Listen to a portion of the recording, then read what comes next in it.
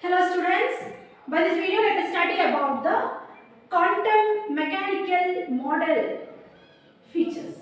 So there are nearly 5 features which we should understand to know about this quantum mechanical model. So we'll see the features one by one. So energy of the electron in atom is quantized.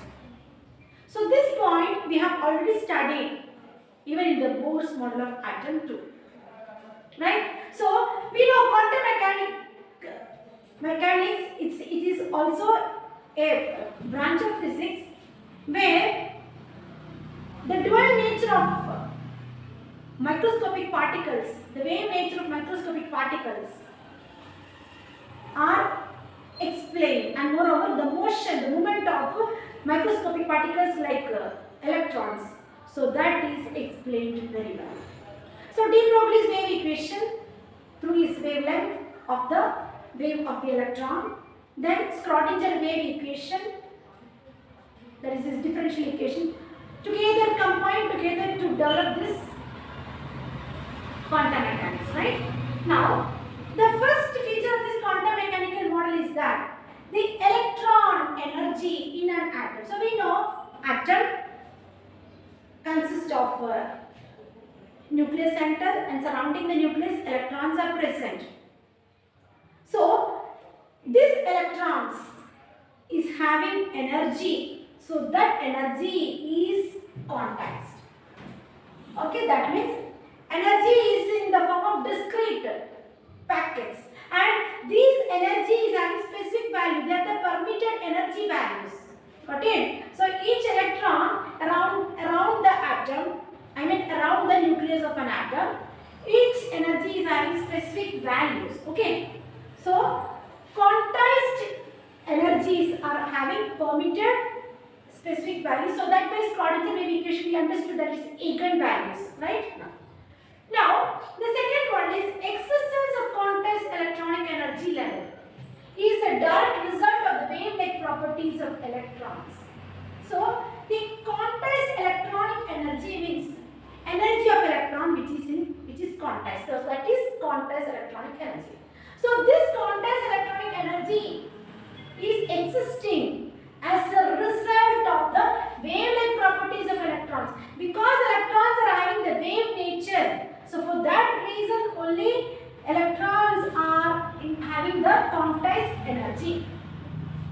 Understanding? Okay. Then Schrodinger wave equation solution. So when we solve the Schrodinger wave equation, so after solving, what do you get? You again get the value for these energy levels of the electrons.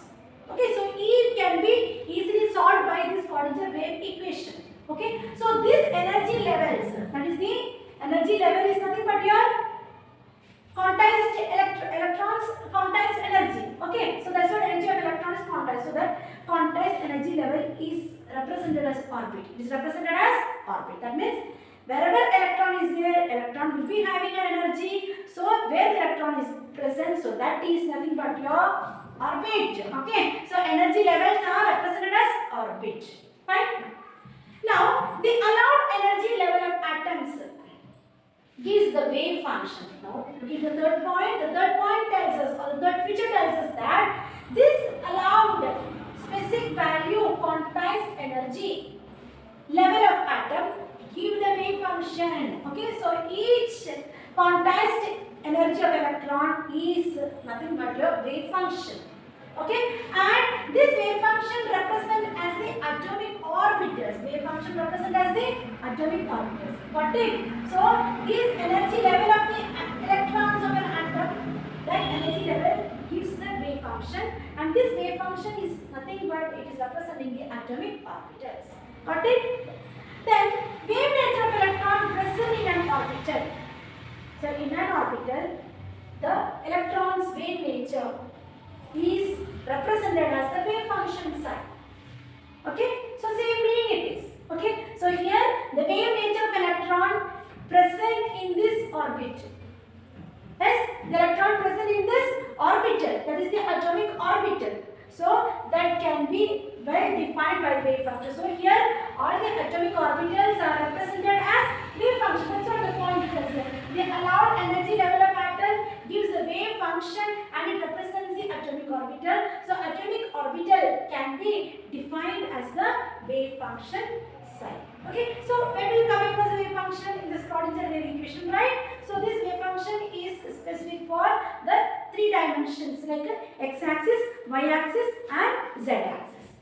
Okay, now let us look into the fourth feature of this quantum mechanical model.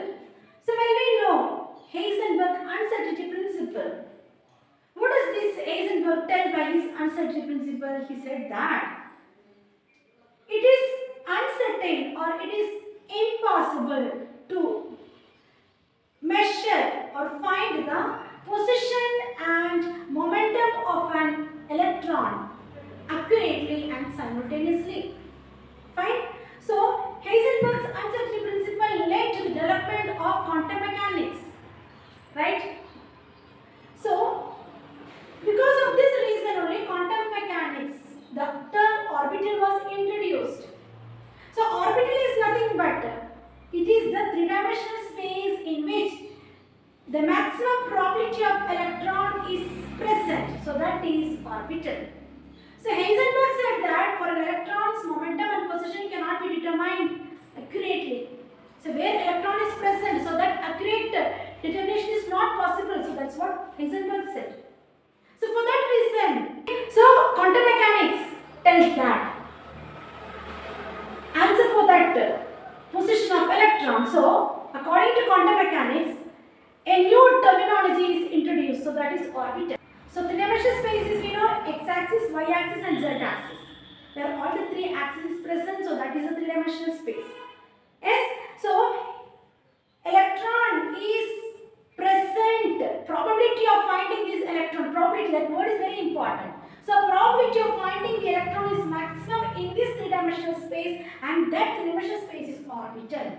Yes, so quantum mechanics gave an answer for the presence of electron. So the electron's presence is maximum.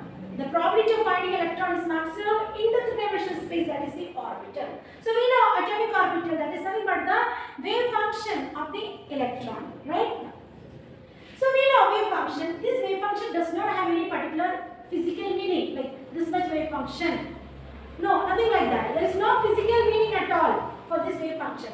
It is just the probability of finding the electron in the three-dimensional space. Okay. So here we said that the probability of finding electron in a small volume in the three-dimensional space. So in the three-dimensional space, where x-axis, y-axis, z-axis is seen, that is three-dimensional space.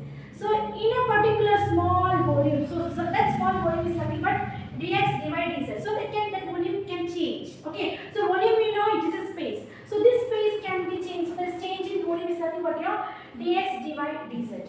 Okay. Around a point. So that point, the point in the three-dimensional space, that point is maybe in the x-axis, on the y-axis or on the z-axis. So the point in the three-dimensional space where you can find the more probability of electron, maximum probability of electron. So that is proportional to sine xyz mod square into dx, dy, dz.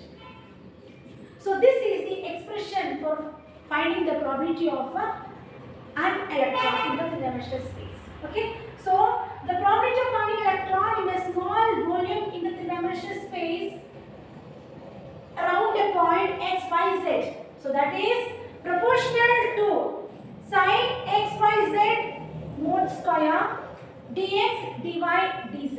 So x, y, z, that is the point in the three-dimensional space, and dx, dy, dz is the small volume in that three-dimensional space. A change in volume, that is dx, dy, dz. Okay, and psi is the wave function of that particular electron. Okay, so the maximum probability of finding the electron in a three-dimensional space is proportional to phi s x, y, z. It's proportional to wave function. S sine is wave function. So I x, y, z mod square into dx, dy, dz. Okay, so this sine x, y, z mod square. So that is the probability density. So that is the probability density, and this value will be always positive. It It cannot be negative value. It will be always positive. Okay. So this is called as a probability density. Sin x, y, z mod square. Fine. So that's all about your quantum mechanical model features. So hope you understood the model. Thank you.